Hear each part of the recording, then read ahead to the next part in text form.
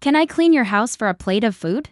But when the millionaire saw her, he froze. On a chilly evening, a young woman, her clothes torn and her eyes hollow with hunger, knocked on the heavy iron gate of a mansion. Sir, can I clean your house for a plate of food? She whispered, clutching her empty stomach. Inside, a millionaire known for his cold heart was celebrating another business victory, until his butler hesitated and pointed toward the gate's security monitor. One look, and the man froze. His glass of wine slipped from his hand, shattering on the marble floor. It wasn't just a stranger standing outside, it was a face he hadn't seen in 10 long years. The face that once saved his life when he had nothing. But what was she doing like this now? And why did fate bring her to his doorstep tonight? Ethan Marlowe was a name everyone in the city knew.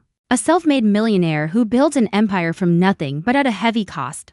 The world saw his success, his luxury cars, and the grand mansion perched above the valley. But no one knew that he carried a secret, one tied to his painful past. That evening, the mansion buzzed with laughter and music. Ethan's elite guests toasted to another deal closed. But amid the noise, the soft knock at the gate echoed through the intercom, hesitant, weak, almost lost under the sound of clinking glasses. Sir, there's a young woman outside. The butler said. She says she'll clean for food. Ethan barely looked up. Send her away. We don't entertain beggars. But then, as the butler turned, a strange feeling made Ethan glance at the monitor. His eyes widened. His heart skipped. He stumbled back, whispering, "It can't be her." The woman, frail, barefoot, covered in dust, was Lily, the same girl who, 10 years ago, had given him her last loaf of bread when he was starving and homeless. She had vanished after that night. Ethan never forgot her kindness. It had been the spark that changed his life now.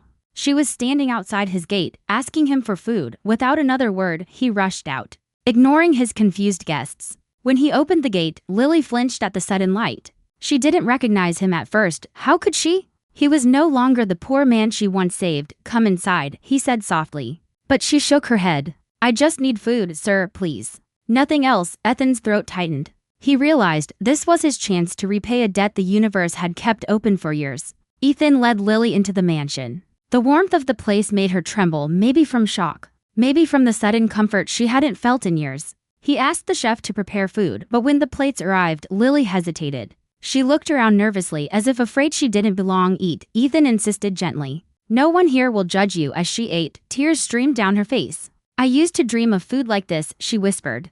But dreams fade when life keeps you hungry. Ethan listened silently. Then he asked, where have you been all these years? Lily's eyes darkened. After that night, I lost my home. My mother died, and my little brother was taken by foster care. I tried to find work, but everywhere I went, they turned me away. I cleaned streets, slept in shelters, until I couldn't anymore. Ethan's heart sank. He remembered that night, the rain, her kindness, and the promise he made to himself, if I ever make it, I'll find her. He had built an empire but never fulfilled that vow. Now she sat before him, broken by life's cruelty, unaware that the man she had once saved had become the city's richest soul. You don't remember me, do you? He finally asked. She frowned. Should I? Ethan smiled sadly. You once gave me your only meal.